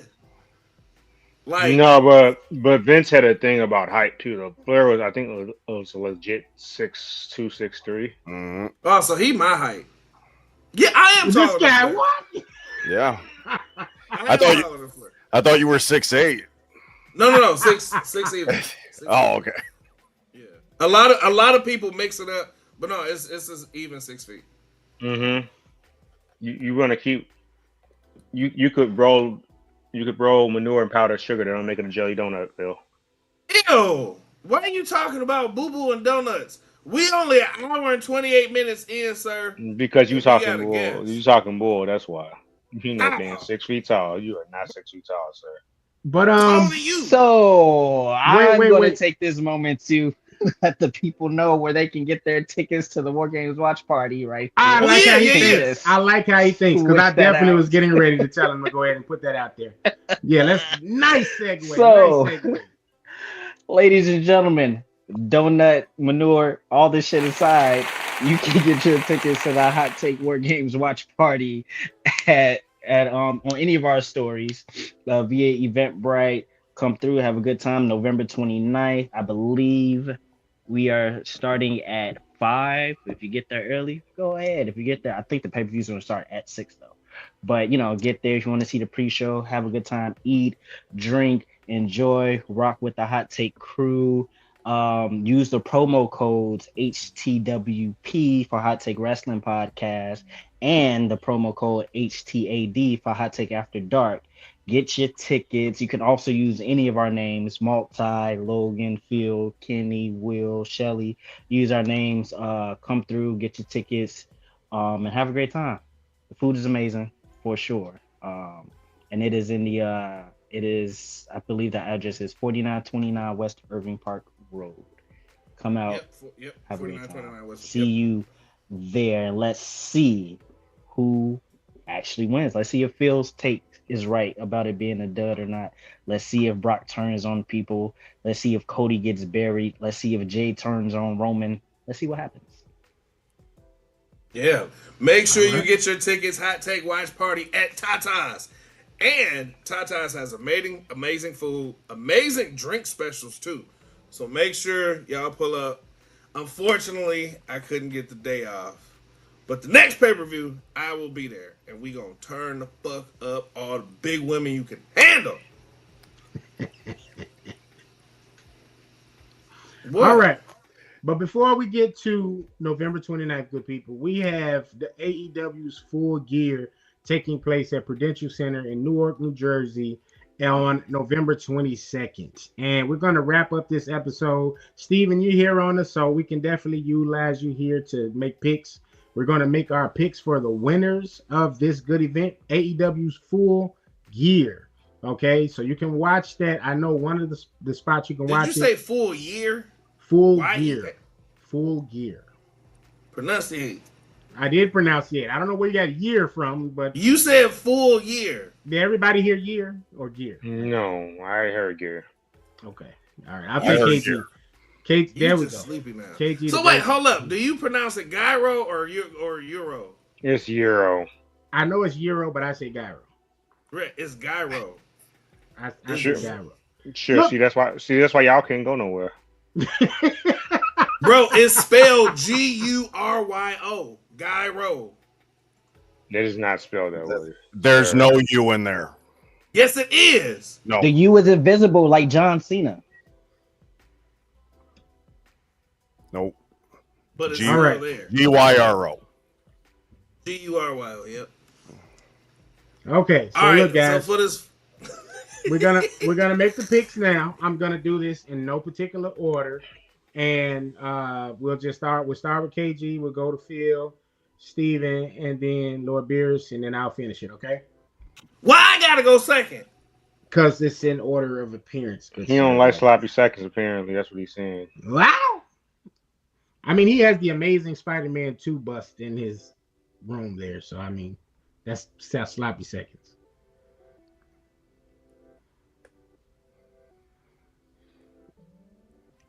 You talking about my mask? Yes. Match bro, go ahead for KG get mad. I know. KG get mad at me. So look, here we go. No particular order. This is not the order of matches, but I'm just gonna start here. AEW Women's World Championship: Chris Statlander versus Mercedes Moné. Chris Statlander.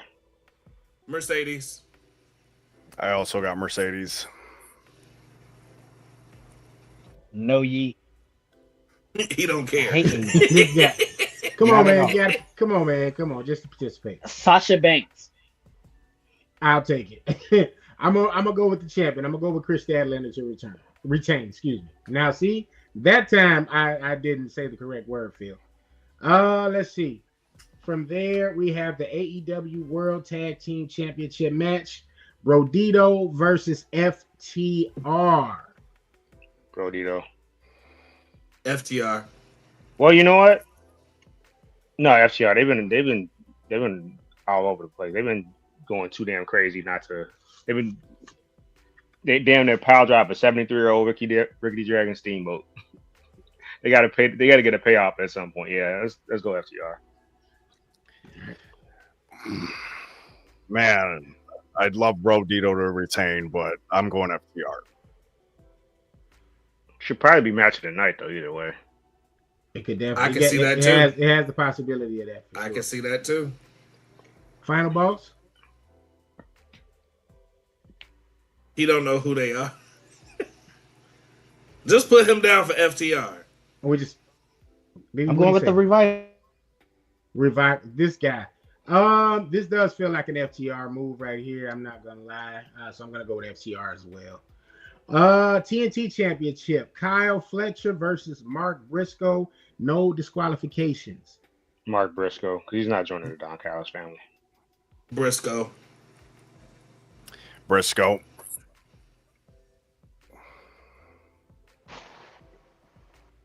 Is that supposed to be Kyle O'Reilly? Is that who that is? No, Kyle Fletcher. I don't know. As far as I know, no idea. They didn't change. No they contest. They didn't change his name. Stop trolling. Please just make a pick, sir. We don't need two Phils on the show right now. What? Excuse me.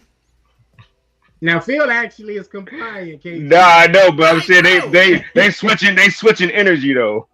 like he got the hot tag to troll now. Like, bro, like you acting funny in front of company. Like, stop it. All right, so I'm trying to make sure we get on here and wrap this. I don't know who these fucking people. He don't know who they are. He don't. Okay. You don't know. You know. All right. Don't worry about it. I don't watch this shit. So. And his we're saying wrap it up. We don't wrap it up over here. Raw's Law. Don't watch this shit. Wow. So y'all don't. I don't got no kids. They're getting rowdier because it's 9:47. So they T-minus 30 minutes from Hot Take After Dark. I know what's going on. No. I'm gonna pick Mark Briscoe here to win the TNT Championship. Let's see, the $1 million match. Kenny Omega and Jurassic Express versus Josh Alexander and the Young Bucks. Good, he's buffering. KG? I don't think they're gonna have the Bucks lose two pay-per-views in a row. They keep just throwing people to the Don Callis family, so there'll probably be some new person that debuts in the Don Callis family for all I know. All right, Phil? I would love Omega and them to win, but I'm kind of with KG on that. I can't see the Bucks losing again. Plus, they got this whole angle where they are quote unquote broke. Yeah, they got the whole broke ass Baron Corbin thing on right now. Yeah. All right, Steven? Yeah, I'm also gonna go with the Bucks, and just to have some fun with it, I'm gonna say that Jurassic Express turns on Kenny. Oh, that sounds AEW-ish. Yeah, that definitely sounds AEW-ish. Yeah. I'm gonna go ahead and go with the guys on this one, Josh Alexander and the Young Bucks, to win that match. I'm anti Young Bucks, so they should lose because I don't like them at all. Super Kick Party. The elite, the elite. They have a Casino Gauntlet match. It doesn't have the contestants listed on here, so I'm gonna skip past that one. I'm gonna go to the 200,000 tailgate brawl 4-way. It's gonna be Anthony Bowens, Max Caster, the Outrunners, Bang Bang Gang, and Big Bill and Brian. Whoa! Let's just skip all this. First of all, this pre-show. That's pre-show, but we can still make a pick.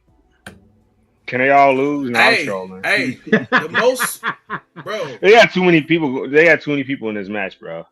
They do. It's just like pre-cum. The most of the sperm is in the pre-cum. So I got a vasectomy, so I don't got to worry about it. Oh wow. Oh man, 40 minutes. T-minus 40 minutes. I get it, guys. I get it. This is cool. You said pre-show, and Kenny said pre-cum. Kenny, you did. I blame you for that one because you did. Exactly. I was thinking it, but it was all him. He said that was KG. All right. Sure, why not blame me? So I'll be the nobody scapegoat. wants to make a pick on the pre-show match. Whichever team Anthony Bowens is on, Oh, because it's too many damn people. And when how you said the names, you was like Bang Bros and Gang and like, bro, I he said bang bang gang. I didn't say exactly. That's just as bad. it is just as bad, but it's the. And you're making our guests uncomfortable. Jesus Christ. Even if I'm making you uncomfortable, I apologize. You're not.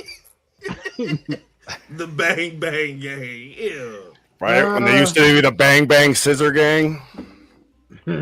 Yeah. Now that's just now if he wasn't uncomfortable before, I'm sure he is now. there was too much going on. Okay, I'm gonna pick Anthony Bowens and Max Caster, and I'm gonna move away from that expeditiously so we can finish this list. T.I. supposed to be there. Let's see, Darby Allin versus Pac. Yes, threw that on there. Darby just beat Michael. He's not losing to Pac. Whether it be Tupac, X-Pac, he not losing. Should definitely be a slobber knocker. I mean, it's gonna be a good match. Is this what y'all talking about right now? Is this the Full Gear that y'all talking about right now? This is AEW. That's Dynamite right now. Full Gear is coming on Saturday. No, it's not. This Collision right now. No, that's Dynamite. No, they got a 3-hour show tonight. Yeah. So it switched over to Collision. Yeah, because she's defending the World Ring of Honor title. Okay. Yep. All right, so Darby Ring Allin of Honor, versus is that Athena? Is that Athena in the ring right now? No, that's Red Velvet. Wait, what title Athena got? She You don't lost have the Ring title. of Honor. She has the Ring of Honor Women's Championship. No, she lost it to Mercedes. Yeah. What? No, I thought The that was fuck is that? I thought that was what you call it. I thought that was Red Velvet because she was like because Mercedes was the interim. Oh yeah, television. it's a Red Velvet. Red Velvet. Oh, okay. Monaz right now. Yeah, why I was like, wait, what? because Mercedes is the interim television champion for that company because she beat Mina Shirakawa, who was my bad. and then Red Velvet was the television champion. No, because her and Mercedes were just teaming together in that tag team tournament. So as far as I know, Athena has not dropped that title. Yeah. Well, that match is definitely for Red Velvet's title. Yeah, it's to figure out who's the actual. Yeah, because Mercedes was the inaugural because she was or interim because she was injured or something. Yeah. Okay, so come on, guys. Let's make these picks. Come on. Hold on, bro. Wait a minute. I got something to say. Red Velvet looked like Stacey Dash from back in the day, bro. She don't fuck with black people. Who cares what Stacey Dash looked like back in the day? She don't fuck with niggas. I forgot you don't like black women. You like white. See, you getting KG. But she don't like but she don't like black dudes. You know what Who's like black dudes? Stacey Dash. So why don't know that? She's been on statement saying stuff like that, dude. Bro, she dated Will Smith in that episode of Fresh Prince, bro. Can we pick picks, guys? Picks, stay on point. We have to do this pick. We have one other match, and then y'all can do all the chicanery on Hot Take After Dark. Hold on, bro. Hold on. He just said Stacey Dash don't like black dudes, but she dated Will Smith in that episode of Fresh Prince, and she gave him a ring. And then remember, she gave the other dude a ring. Remember, because they got to fighting at the fight. Remember that? So you can't say she don't date black dudes. She also dated Donald Faison and Clueless. There you go. Mm-hmm. And I'm pretty sure her name wasn't Stacey Dash on that episode, sir. Yes, it was Stacey Dash. I'm going with Darby, by the way. Thank you, Stephen. I also feel, you can't go off of that show because Will Smith's government name in real life is not William. On Fresh Prince, it's William. So I don't know why you're talking about a fictional show. Last but certainly not least, the AEW Men's Championship match. Jesus Christ. Hangman Adam Page versus Samoa Joe. I need to go play Hangman after this. You're missing a match though. Isn't it the women's tag title match too? Like the inaugural women's tag titles? That wasn't on here, but yeah, you're right. That's the one match I am missing. I was looking for it. They don't even have it. Yeah, they don't have it listed on the AEW. You're too busy website. trying to rush us. You missed the match. Well, we can pick for that one, and I will find the women's tag team match. Yeah, because I want to pick. Right. But pick for them two right now. Oh, Hangman retains. Hangman. Unfortunately, Hangman, who's trash by the way, but just saying. No, CM here Punk we go. is friends with Darby Allin, so I'll go with Darby Allin. Wow. That was 2 matches ago. Also, you left off Moxley versus Kyle O'Reilly. No, it was barred. See, you missing matches, bro. I'm on the AEW website. And they don't have Where's your manager? I'm on Wikipedia. So the women's tag team title match is a fatal 4-way. The winning team chooses stipulation for their semifinal, so it's not even the final yet. I guess it's Harley Cameron and Willow versus Julia Hart, the Sky Blue versus Mina Shirakawa and Toni Storm versus Marina Shafir and Megan Bayne. I'll take Megan Bayne and Marina Shafir. They're obviously trying to protect both of them right now and make them look strong. Megan Bayne looks amazing, by the way. No, Megan Bayne's ridiculous. Like, that's why I'm surprised they didn't protect her instead of having her go out. I mean, I guess they may want to get her that exposure, but I'm surprised she even challenged for the title. They did protect her, though. She lost on like a roll-up against Toni Storm months ago. So, Jordan, I agree. Jordan. Wait, now you said this is this a intergender match? Because did you say David Shapiro? No, oh Jesus Christ. Mina Shirakawa. Bro, he said somebody Shapiro. I said Mina Shirakawa. Well, bro, you don't pronunciate. I guess not, sir. I don't know. Whoever, Steven, who you got on this one? I think they're gonna feel the wrath. I'm gonna go with Harley and Willow. Oh yeah, Willow Nightingale. Yeah. Yeah, she's also. How did you put it before? Oh yeah, thick as fuck. Yep. Yeah. A big old meaty mama. But Harley is bad too, man, and she's funny. Yes, indeed. Hey, real quick, did Nia Jax and Lash Legend come up with a tag team name yet? No. Bro, I think they should call themselves Meaty Mamas, bro. I'm just putting that out there. Meaty Mamas. Tons of fun. Man. Mm-hmm. Or tons of pain. Mm-hmm. I don't like how you said man. Pause.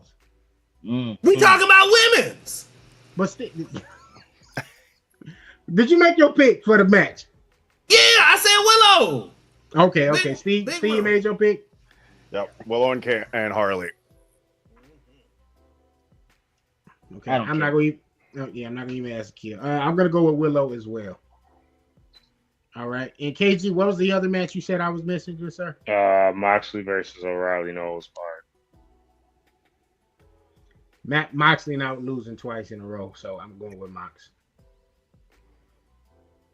I'll go with Mox because they're making him look too weak in terms of how many times he's been losing on Dynamite as well as on paper. Well, he lost to Darby, then on Dynamite he lost to Kyle by disqualification. I think the other match was a double countout, and then Kyle O'Reilly just made him tap out inside of Blood and Guts last week. So yeah, I don't think they're going to elevate Kyle. I think this is like what they did with him in NXT when he eventually did get a world title match against Finn Balor, but I think this is about as far as they'll push Kyle, unless they're going to take the title off Heyman sometime soon. But I don't know. I'll go with Mox. Sure, Moxley. Is Dean Ambrose still the champion? No, Heyman is. I'll go with Undisputed Era, Kyle O'Reilly. It's just kind of wild that Ambrose / Mox was a Grand Slam champion and he never really had a premier match at WrestleMania. That's insane if you think about it. He did. He went against Brock. That was his premier match. Oh yeah, you're right. I'm sorry. You're right. My fault. Yeah, that could have been so much better. Yeah, it was rough. It was definitely a rough match, but it was, they made it happen. That's he was the first Shield person, right? Wait, was he the first Shield person to fight Brock? Roman didn't fight him. No, yeah, WrestleMania 31 because Dean and Brock was 32. 32, yeah. Okay. The reason why I say that Ambrose loses is because the Shield members have been kind of on a, like, you know, on a downward spiral as of late. You know, I think the wrestling world is going to keep that consistent. So yeah, They're also the Antichrist in terms of how many world titles they've won. 666. There's that. All right. I thought Seth was 7. Nah, I think that was his 6th because he's won the world title, this version of the world title twice. Then he was a Universal Champion twice, and he only won a WWE Championship twice, I think, because when he cashed in Money in the Bank against Roman, and then he beat Roman at Money in the Bank, but then he dropped it to Dean when he cashed in, and then after that he won the I don't think he won the title until the Universal Championship, I want to say, when he beat Brock after that.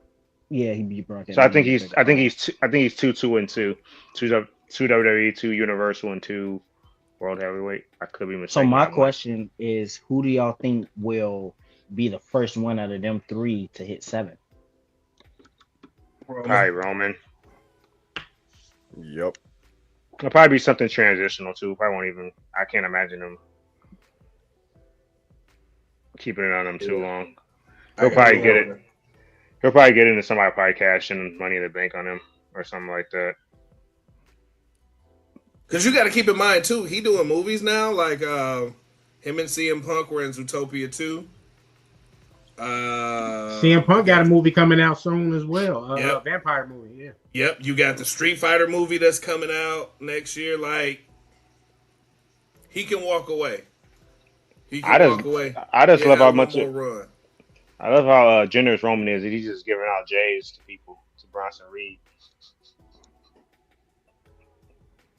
He's so generous with his money, he's just giving out J's. I mean, true. That man that had 4 comebacks this year. Somebody. Wow. Pause. Yeah. Never trust a man who says their favorite J's are the 6 rings. Fair point. Nah. Big no. What's the 6 rings, Jordan? The ones that Roman wears all the time. The only ones that he wears. Oh. See, I'd be too busy, man. I'm worried about my G units. That's it. Fuck that shit. Anywho, when is Roman's shoes are going to come out? Do we know when his shoes coming out? That actually got canceled for some reason. Really? I thought it was like temporarily canceled. I don't cancel. As far like last time I heard it was canceled. There's no like future release date.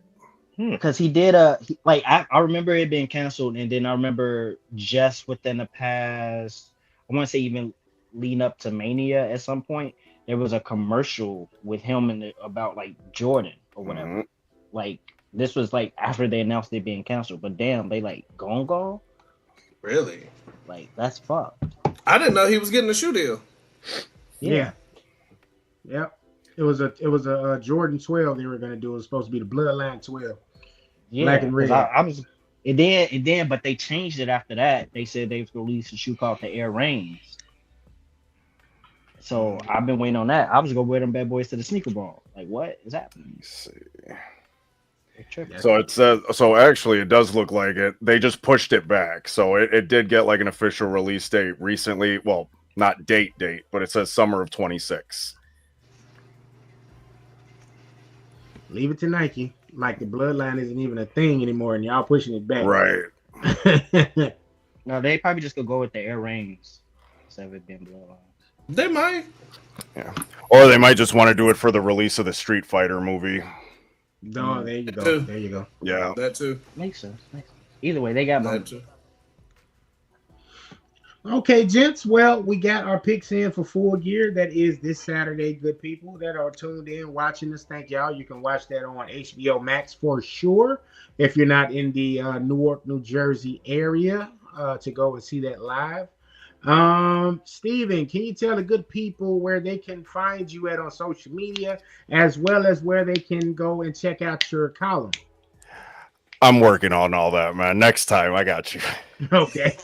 Yeah, I'm still very much like very new to all this. But just being able to do this with y'all tonight, like, was a huge help in terms of like shaking off those nerves a little bit. So thank you guys so much. No problem. Thank you for coming. So let me tell you this. Definitely welcome.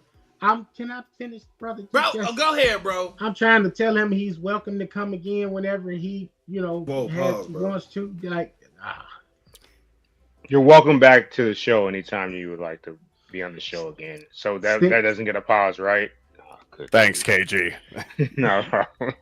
KG, grow up, man. Like, goodness gracious. I want to say this about the I can't believe we actually the same zodiac sign. This is hilarious. What are you talking about? What are you and I. Let me say what I gotta say, give my flowers, and then me and you will discuss.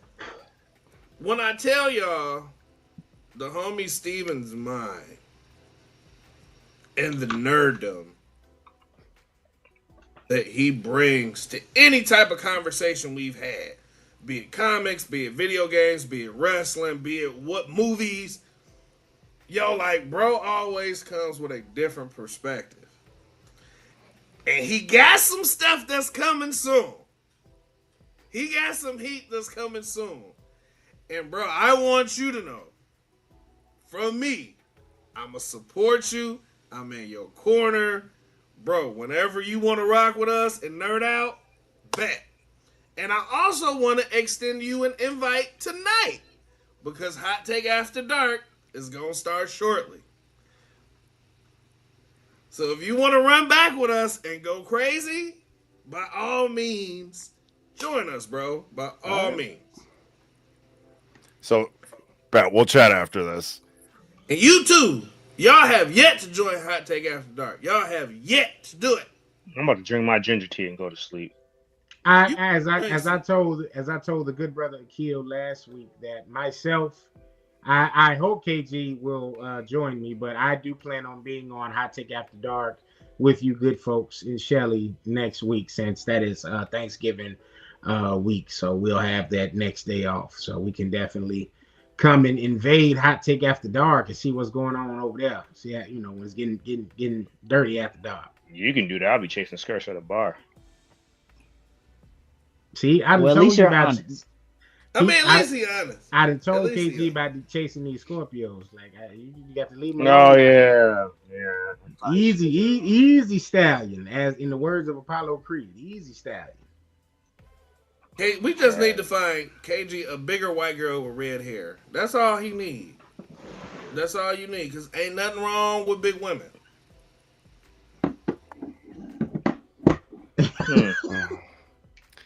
Yeah, okay. She ain't a lady unless she's 280.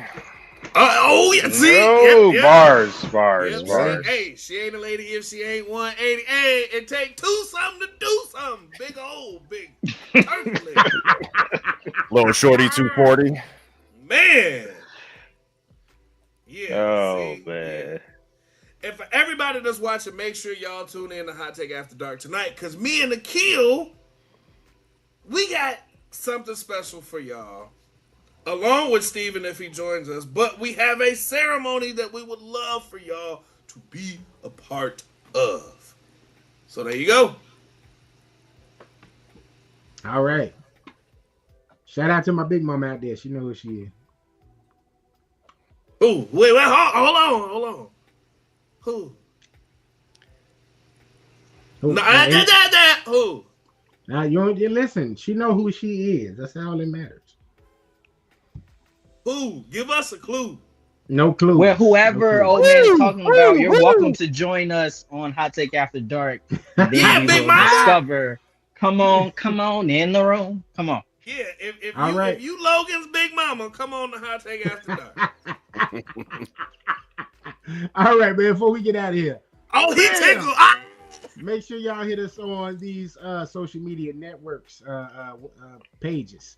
Listen, TikTok, Hot Take Wrestling. Instagram, Hot Take Wrestling. X or Twitter, Wrestling Take. Twitch, we are on Hot Take Wrestling Podcast. YouTube, we are at NMG TV. And we are on Kick as well at NMG Podcast Network. All right, we'll get ready to sign out, y'all. It's been a good episode, good time. Thank you to the good brothers from Hot Take After Dark joining in. Hopefully they'll come on and be on the pod a little bit more with us on the 8 o'clock slot. All right. Big Steven Ramos, thank you, good sir, for being on the show with us again. You're welcome to come on here whenever you're ready. Got everything situated on your end with the column. We're looking forward to it. And yeah, man, y'all enjoy AEW Full Gear, y'all AEW fans out there. You know, if you're not like Akil, then don't watch it. Don't worry about it. But we'll recap it, and we'll be back on Wednesday. As y'all know, this is Wednesday, and it's Hot Take Wednesdays, baby. That means you get to watch Hot Take Wrestling Podcast and Hot Take After Dark. Hump Day. Yes, sir. And yeah, we're gonna go ahead and end this thing on out, man. Always remember, we the ones, not the twos. Oh wait, bro, wait! I got something to say. All right, what's up? Ladies, please remember, our couch pulls out, not us. Gobble gobble, ladies. Gobble gobble. Oh wow! Hot Take After Dark.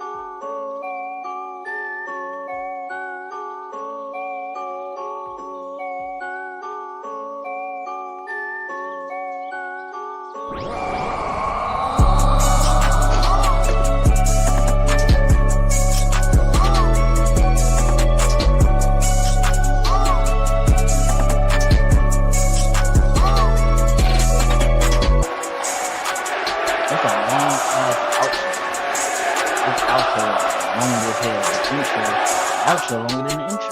Why is that? Like what? That